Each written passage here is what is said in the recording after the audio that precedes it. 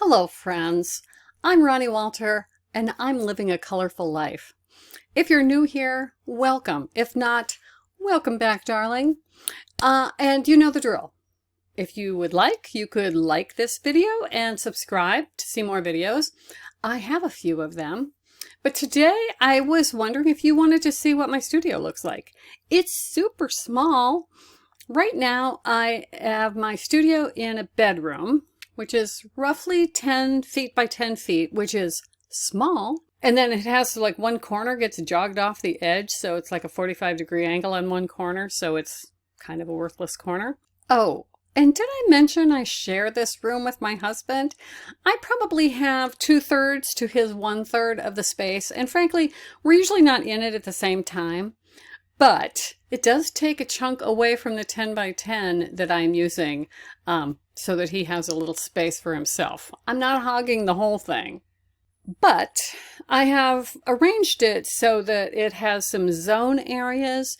It's fairly organized. Well, right now it's fairly organized. That does not mean not messy, because sometimes things are organized, but they're messy. And I just, full disclosure, just did a pretty good tidy because some projects were starting to overwhelm the space. So it's a good time to just sort of put everything back in, reset, and then you can start working again.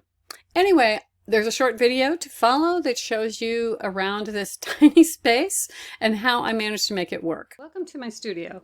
So I'm coming right in the door, and I apologize if this is going to be a little wobbly because this is a very small room. So on the left, we have my husband's pile of stuff, and then my part starts here. So whatever painting I'm pondering, I hang there. That moves around a bit.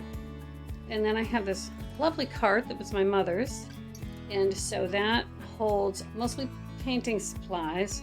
And then these are a couple paintings that I'm working on right here. But these are all of my brushes and tools that I have here. And these aren't the paints that I use all the time. I use them quite a bit. And then below I have all my mediums and fixatives and things like that. Okay, then we move to the closet. And inside this closet, I have put all of my yarn that's getting more organized and somewhat organized, but it's in bins at least. And then I use the closet door for, these are some painting studies that I did while I was on vacation, so those are staring me in the face, helping me decide what I should do with those. And then inside the closet are many household items, as well as the printer, and it's on a rack with all the papers and mailing supplies. Okay, I'm going to back up just a little bit. I don't want to make you dizzy, but I wanted to show you that this room is carpeted. And so my husband just cut a piece of plywood for me to roll my chair back and forth to the art station here and over to the computer.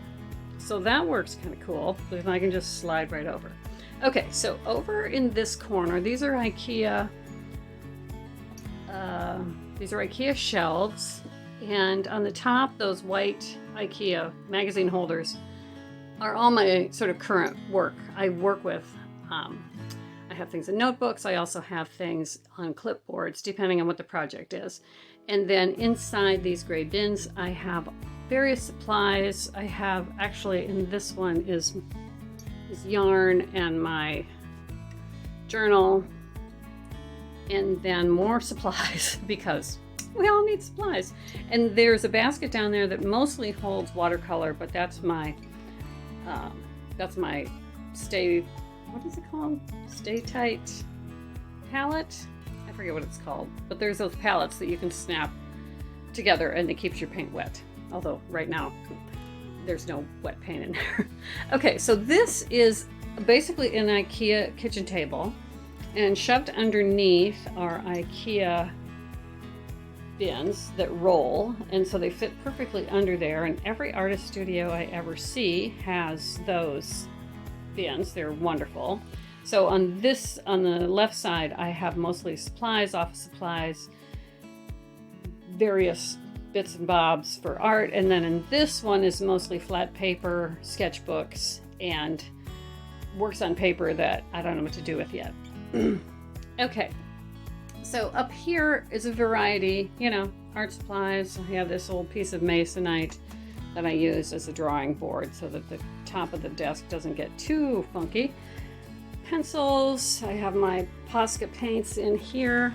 They're all my Poscas, which are so marvelous. I have those various kinds of paints in there. This is my big tripod-y thing. And there's the yard where I get to see, you know, squirrels and rabbits and things. Then we move on, and then we have, these are the paints that I use more regularly. So they're a little more organized. In this bin are all my Goldens. Right here are the Goldens that I use mostly. And then I have a small selection. These are a small selection of the fluid, which are really wonderful and very expensive. So I use them sparingly, even though I try to use my supplies. Okay, and back here, I have paintings that are basically finished, probably need the edges finished, but I don't have room for them in the house right now. And then over here, that's a stack under the remotes. I have a stack of sketchbooks, my current sketchbooks I'm working in, more clipboards of things that I'm working on, and then into the computer space.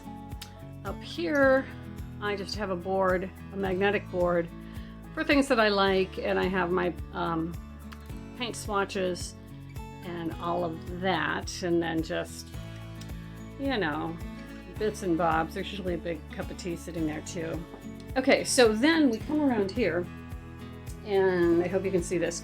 So right here is a little metal cart that was my father-in-law's. It was down in his workshop, so I love it, and it's on wheels, so that's kind of handy. And then I have just a piece of shelving stuff on top of that, and then I have this bench, this stool that I can pull out if I want to kind of sit on the stool to paint. And then I have a small easel here that I can work up to about 24 by 24. This is not a studio I can paint large paintings, because that is the one part I can't quite get my head around in this small space. Okay, so behind that painting, we have another IKEA unit that I can't even tell you how many times my husband and I have taken this thing apart to put it back together.